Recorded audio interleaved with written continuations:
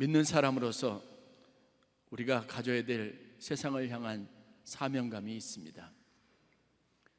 제가 선교에 대해서 공부할 때 미션 퍼스펙티브라고 하는 선교사들을 훈련하는 아주 유용한 학습 도구가 있었습니다.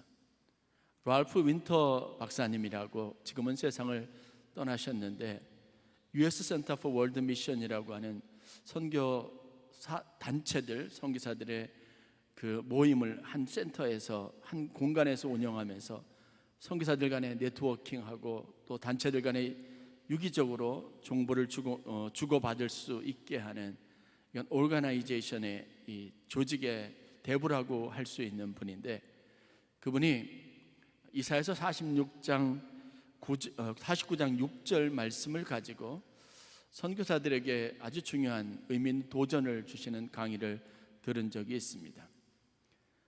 선지자로서 이사야, 예언자로서의 이사야는 하나님의 분명한 부르심과 선택 가운데 있었습니다. 이사야서 49장 6절에 보면 이사야가 자신의 정체성, 부르심에 대해서 이스라엘 백성들에게 다음과 같이 고백하는 내용이 기록이 되어져 있습니다. 내가 나의 종이 되어 야곱의 지파들을 일으키며 이스라엘 중에 보존된 자를 돌아오게 할 것은 오히려 경한 일이라. 내가 또 너로 이방의 빛을 삼아 나의 구원을 베풀어서 땅끝까지 이르게 하리라 라는 말씀입니다. 포로된 이스라엘 백성들 가운데 있던 이사야 선지자에게 하나님께서 그를 부르셔서 그에게 사명을 맡겨주셨는데, 그가 받은 사명은 굉장히 놀라운 것이었습니다. 하나님 이사야 선지자를 통해서 그에게 사명을 주시되 야곱의 자손 이스라엘 백성들을 포로 가운데 돌아오게 할 계획에 대해서 말씀하시면서 이 일은 네가 맡아야 할 사명 중에서 극히 작은 것이다, 경한 것이다, 이렇게 말씀을 주신 겁니다. 그리고 그는 포로 시대에 있었던 이스라엘 백성들의 구원의 계획뿐만 아니라 그로 이방의 빛을 삼아서 이 하나님의 구원의 계획에 땅끝까지 이르게 하리라는 하나님의 위대하신 계획을, 사명을 받게 되는 겁니다. 이 말씀을 가르치면서 랄프 윈터 박사님은 선교사들의 사명에 대해서 우리가 다루려고 하는 것은 근본적으로 한 생명 한 생명의 구원에만 목적이 있는 것이 아니라 땅끝에 있는 많은 사람들을, 구원받은 하나님의 백성들이 속하는 모든 공동체로 하여금 하나님의 구원의 계획을 받아들이고 그들로 하여금 하나님의 영광에 이르게 하는 위대한 부르심에 있다라고 가르쳤던 것이기 때문에 그렇습니다. 이 이야기를 들을 때마다 설레었던 기억이 있습니다. 전도의 본질적인 사명, 영혼을 구원하려고 하는 선교의 본질적인 사명보다 더 크고 위대한 하나님의 부르심을 경험할 수 있는 계기가 되었습니다. 하나님 우리를 부르실 때, 우리에게 구원을 주실 때 쓸모 있는 사람, 그들이 속한 공동체 안에서 꼭 필요한 사람이 되기를 간절히 바라신다는 사실들을 알아야 합니다. 그리고 이것은 너무도 분명한 성경에서 우리에게 말씀하고 계시는 하나님의 뜻입니다. 그렇다면 여러분들은 여러분 속한 공동체 안에서 필요한 사람들, 쓸모 있는 사람이 되고 있는지를 생각해 보아야 합니다. 우리의 믿음은 개인적인 차원을 떠나서 하나님의 능력이라고 하는데, 과연 여러분들은 여러분들의 삶의 현장에서 다른 사람들에게 이 하나님의 능력으로 그들을 복되게 하는 삶을 살아가고 있는지를 돌아보아야 합니다. 저는 저희 가정에서 저희 어머님이 너 때문에 우리 가족들이 예수를 믿게 되었다라는 말씀을 하셨을 때 참 마음에 뿌듯했고 흐뭇했던 기억이 있습니다. 그 이야기를 내가 얼마나 듣고 싶어 했는지 그 사실을 발견하고 참으로 하나님 앞에 감사했던 순간이 있습니다. 지금도 마찬가지예요. 명절 때마다 저희가 고향을 방문하는 이유는 제가 가서 예배 드리지 않으면 예배가 없는 한 시즌을 보내게 되기 때문에 그렇습니다. 제가 가서 하나님의 말씀을 전하지 않으면 우리 가족들 안에, 우리 조카들 안에 삶에 일어난 일들이 하나님의 축복이었다는 사실을 사람들이 잊고 지나갈 위험이 있기 때문에 그렇습니다. 저희 본가에서도 예배드리고 초가에서도 예배를 드렸습니다. 제가 메시지를 전하지 않았다면, 우리 안에 하나님의 하셨던 일들을 다시 떠올리게 하지 않았다면, 아마 우리 가족들은, 양가의 가족들은 하나님으로부터 우리가 받았던 은혜를 아마 생각하지 못했을 겁니다. 여러분들이 있는 곳에서 이사야 선지자와 같이 단지 가족들, 여러분들과 관계 있는 삶의 영역에서뿐만 아니라 여러분들을 통해서 여러분들이 가는 곳마다 만나는 사람들의 삶이 달라지는 이 위대한 선교적 비전이 이루어지는 축복이 있기를 간절히 축원합니다. 한 사람, 하나님이 세우신 한 존재, 여러분들이 그렇게 하나님 앞에 믿음으로 반응하는 그 신앙적인 결단이 얼마나 중요한 것인가를 우리가 다시 한번 충분히 생각해보고 고민해 볼 수 있어야 합니다. 그래서 여러분들이 가지고 있는 믿음의 영향력을 확산하는, 확대시킬 수 있는 여러분 비전과 꿈을 품고 새해를 맞이하실 수 있기를 간절히 축원합니다. 사도행전 27장에 보면 생명의 위협 앞에 흔들리는 배 위에서 살 소망이 끊어진 한 무리의 사람들을 발견할 수 있습니다. 그들은 무리에서 항해를 했고, 그래서 예고되었던 풍랑을 만났습니다. 유라굴로라고 하는 큰 풍랑입니다. 그 지역에서 아주 유명한, 소문난 우리나라의 태풍과 같은 엄청난 위력을 가진, 그것도 초대형의 규모, 그 어느 때보다도 강한 태풍을 만났습니다. 이 태풍을 극복하고 항해를 계속하기 위해서 그 배에 타고 있었던 276명이 선장과 선주의 경험 있는 노련한 항해술에 의존해서 일사불란하게 움직입니다. 배가 너무 무거우면 자신들이 가지고 있는 짐을 바다에 던지기도 합니다. 그런데 여러 날이 지나도 성경에 보면 해도 보이지 않고 별도 보이지 않습니다. 큰 풍랑의 위력이 잦아들지 않습니다. 구원의 여망이 없어졌다라고 말하는 성경의 기록이 있습니다. 구원의 여망이 없어졌다는 것은 영어 표현 그대로 하면 give up all their hope입니다. 그들이 마음속에 품었던 일만의 희망이라는 것도 다 이제는 다 사라져버린 시점입니다. 아니, 그들 스스로 포기해버린 시점이었습니다. 차라리 이렇게 고생하느니 저 물속에 뛰어들어서 빨리 생명을 단축하는 것, 목숨을 끌어버리는 것이 훨씬 더 유익하다라는 분위기가 팽배해 있고, 그 생각이 마치 전염병처럼 사람들 마음속에 급속도로 퍼져나가기 시작했던 순간입니다. 이제는 모든 것이 끝났다 여기는 그 순간에 그 배에 있었던 한 사람이 276명의 생명을 살리는 위대한 일을 했습니다. 무엇이 이 절망에 빠진 사람들의 생명을 구원하는 힘이 되었을까를 살펴볼 필요가 있습니다. 다른 것이 아닙니다. 한 사람의 기도, 그리고 그가 들었던 하나님의 음성입니다. 그 소망의 메시지가 이 사람들을 절망에서 건져내는 생명의 능력이 되었다는 걸 우리가 간과하지 말아야 합니다. 오늘 여러분들이 믿음 안에서 하나님 앞에 가지고 있었던 믿음이, 여러분들이 품은 소망이 절대 작다고 여기지 마십시오. 전염병처럼 주위에 있는 많은 사람들이 다 절망에 대해서 이야기하더라도 오늘 여러분들이 믿음으로 붙잡았던 하나님의 말씀, 소망의 메시지가 여기 있는 많은 사람들을 살릴 수 있는 결정적인 힘이 있다는, 능력이 있다는 믿음을 여러분들 다시 한번 회복할 수 있는 기회가 되었으면 좋겠습니다. 사실 이들이 배를 띄우고 항해를 강행했습니다.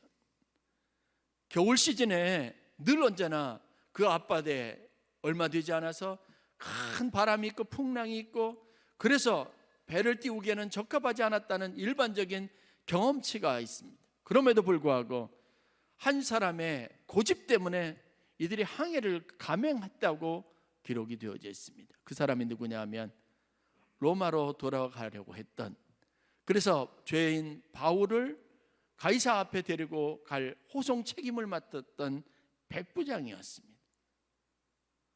그런데 허망한 것은 이 백부장이 이 항해를 감행했던 무리한 결정을 했던 중요한 이유가 무엇이냐면, 성경에 조금이라도 덜 불편한 곳에서 겨울을 나고 싶은 자기의 이기적인 욕심 때문이라는 거예요.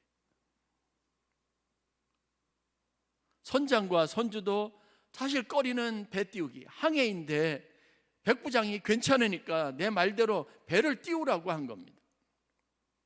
성경에 보면 바울도 자기가 가지고 있는 영적 감각을 가지고, 자기가 가지고 있는 믿음을 가지고 권면을 했습니다. 배를 띄우면 우리가 다 목숨이 위태롭게 될 것이라고 말하기도 했습니다. 27장 9절부터 10절에 바울이 죄수의 몸으로 이 배를 띄우는데 반대했던 내용이 기록이 되어져 있습니다.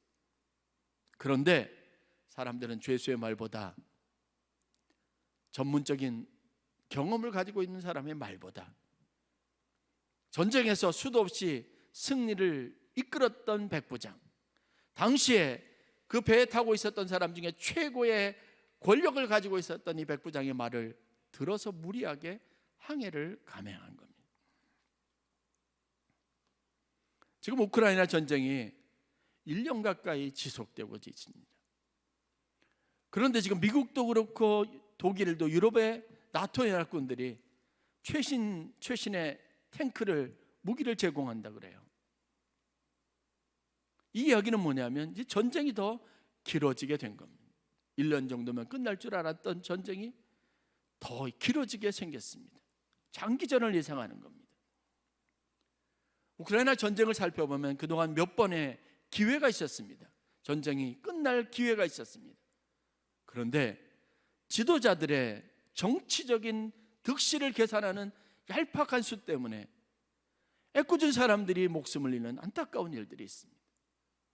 세상에는 이것처럼 자신이 가지고 있는 권력, 리더십을 잘못 활용하는 경우들이 많습니다.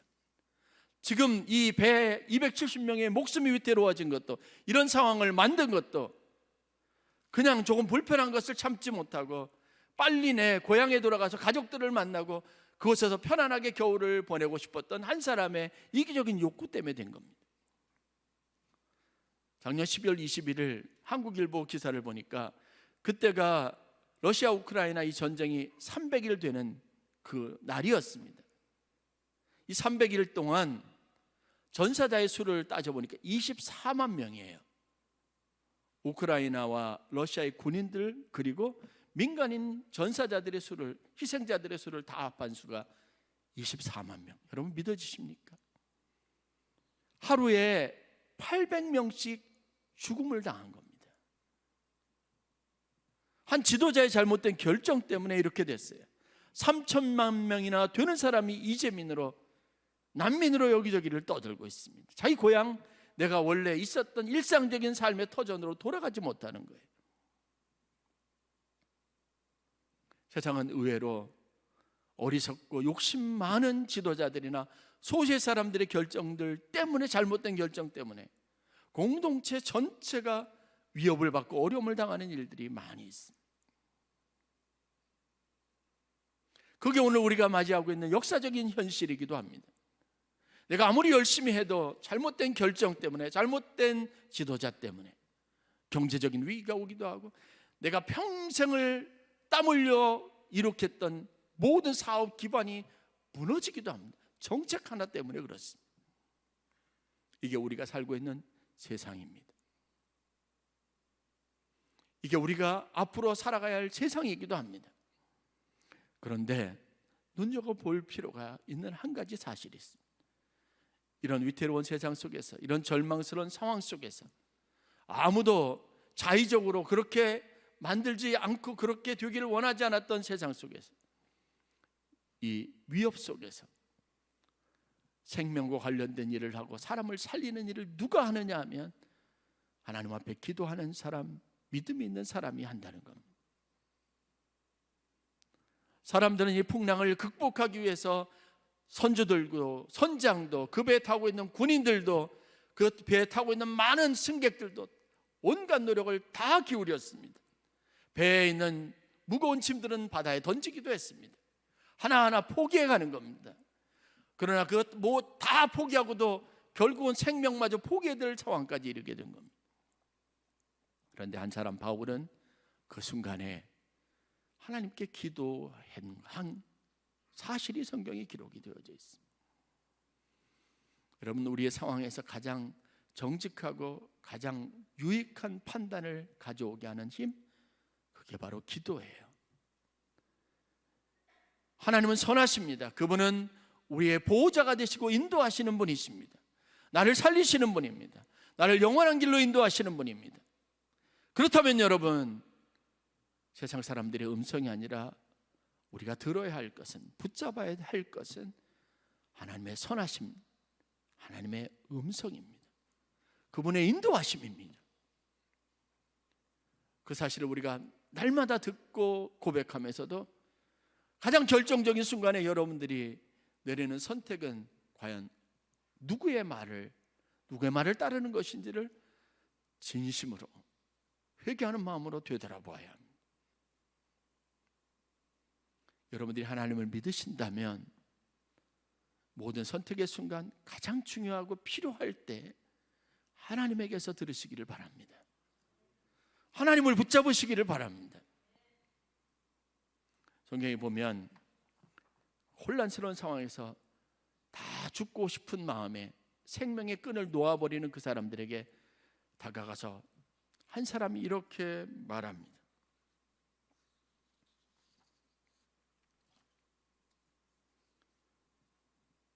여러분이 안심하라. 나는 내게 말씀하신 그대로 되리라고 하나님을 믿노라. 그런즉 우리가 반드시 한 섬에 걸리리라. 바울이 이렇게 이야기했던 근거는 무엇입니까?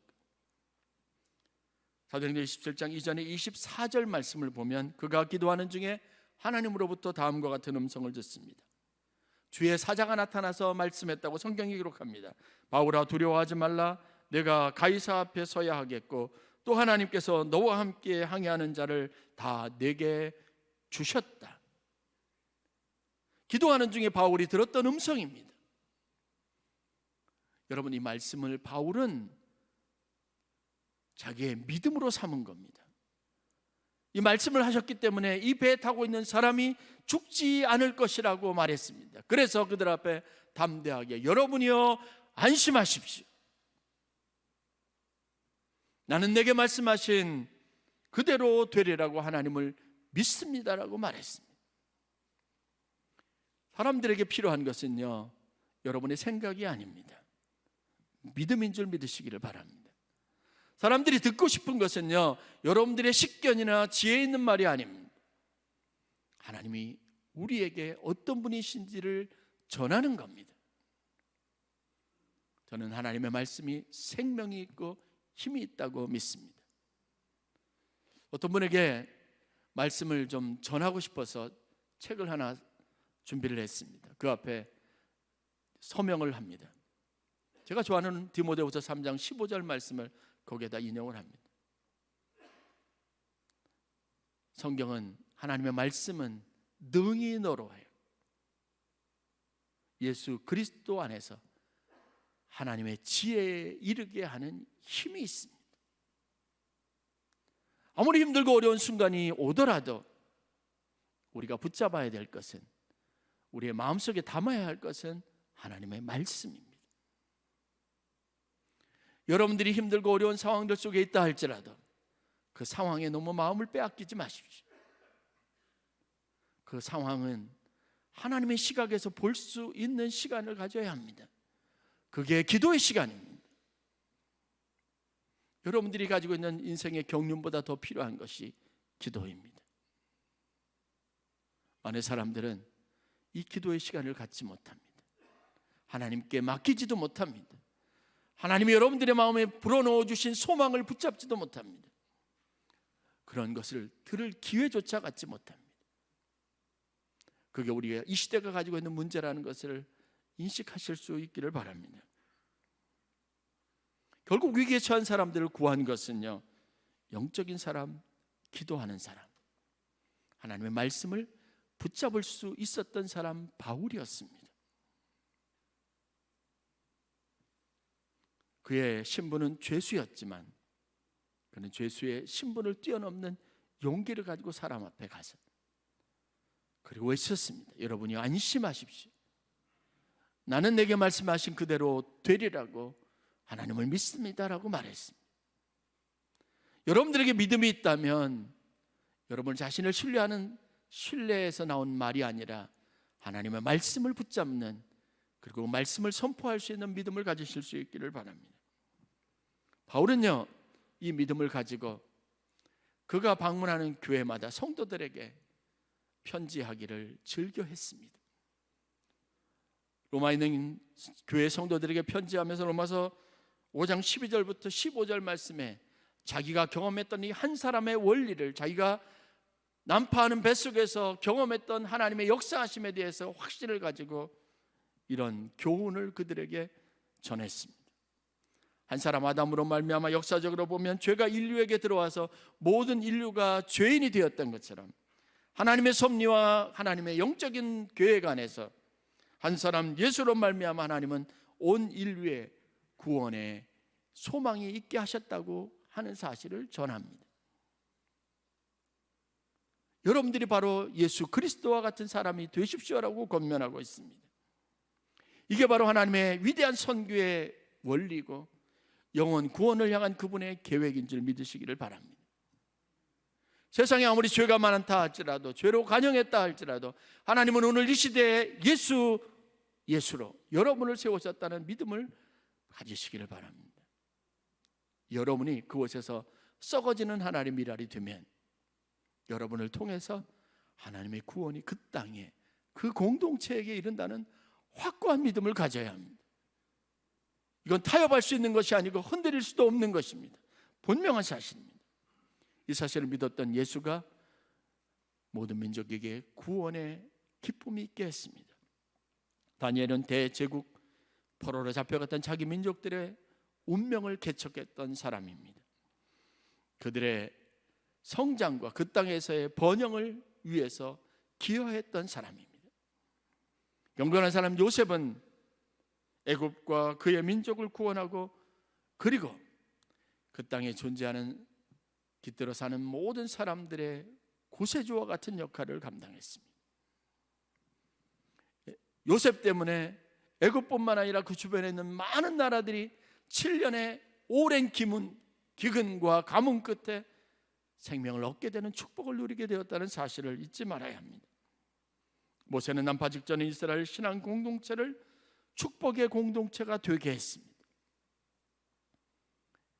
여러분이 속한 곳에서, 여러분의 속한 가정에서 여러분 한 사람이 중요하다는 것을 꼭 기억하시기를 바랍니다. 내가 깨어 있으면 돼요. 우리 집에 어떤 문제가 있어도, 어떤 어려움이 있더라도 여러분이 깨어 있으면 되고, 여러분들이 기도하는 그 한 사람이 되면 되는 겁니다. 아무리 절망적인 상황이 오더라도 기도할 힘이 여러분들에게 있고, 기도를 통해서 하나님의 음성을 들을 충만함이 여러분들 가운데 있고, 그 공동체에게 말할 용기가 있으면 여러분 사는 겁니다. 이 영적인 원리가 여러분의 삶에 아주 중요한 신앙의 힘이 되기를 바랍니다. 또 한 가지 우리가 눈여겨볼 사실이 있습니다. 오늘 본문이 에스더서가 우리에게 주는 아주 중요한 교훈입니다. 한 사람의 중요성을 인식한다면 그러므로 여러분들이 받은 사명이 결코 가볍지 않다는 것을 알아야 합니다. 그리고 여러분들이 그 사명을 감당하는 그 한 사람, 즉 하나님께 순종한, 말씀에 순종하는 사람이 되시기를 간절히 축원합니다.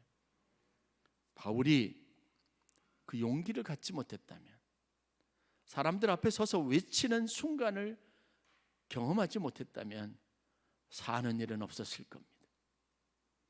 여러분들에게 있는 믿음이 개인적인 것으로 머물지 않게 하십시오.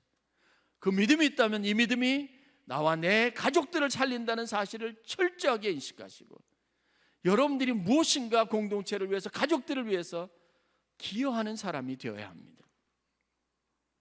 오늘 이스라엘 백성들은 에스더에서 보면 아수에로 왕, 그것도 하만이 만들어 놓은 계략에 조서를 내려버리는 아수로 왕의 조서 때문에 모든 그 땅에 있는 유대인들이 다 죽을 상황 가운데 있게 됐습니다. 한 민족의 운명이 달린 절체절명의 위기의 순간이 찾아오게 된 겁니다. 그때 모르드게와 에스더의 순종이 이 민족을 죽음에서, 절망에서 생명으로, 더 나은 복된 삶으로 이끌어가는 축복이 되었다는 겁니다. 예수님께서 5달란트 비유를 하실 때 그 말씀을 여러분 기억하실 겁니다.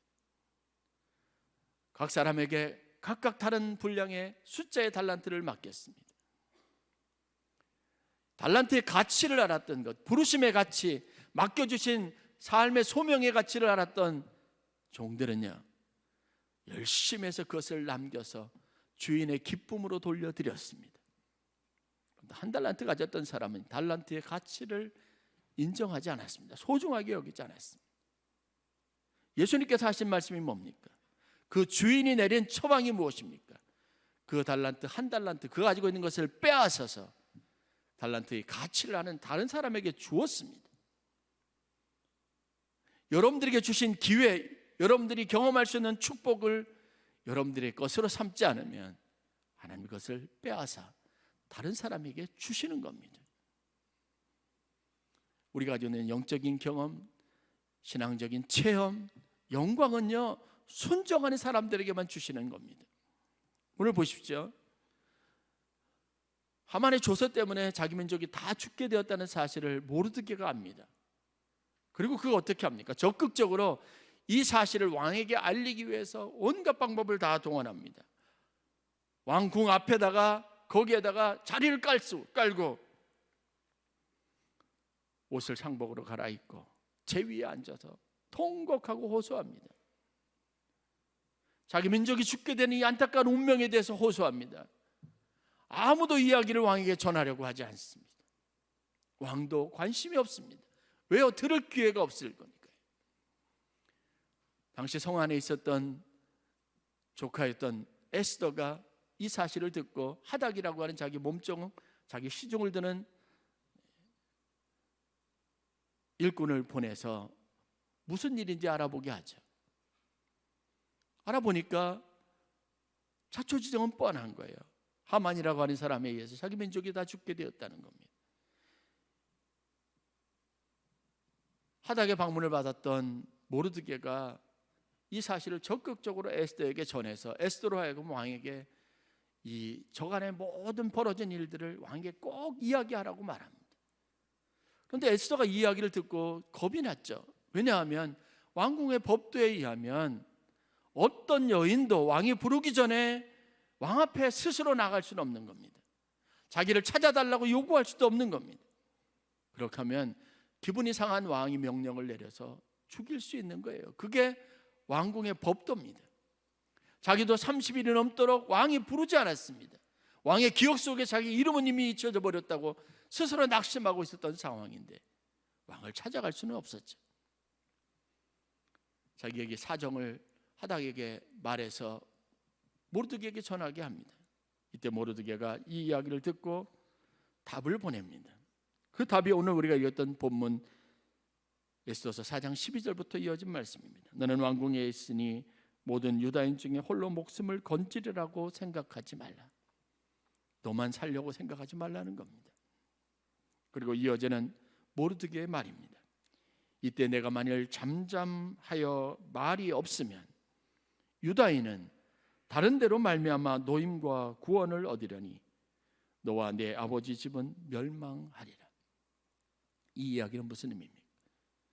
모르드게가 가지고 있는 믿음은요, 그래 내가 아무 말 하지 않아도 하나님은 그분이 가지고 있는 능력으로 이 민족을 구원하실 것이라는 거예요. 그러나 그때 내 앞에 당한 내 부끄러움을 어떻게 하게 한다는 거예요.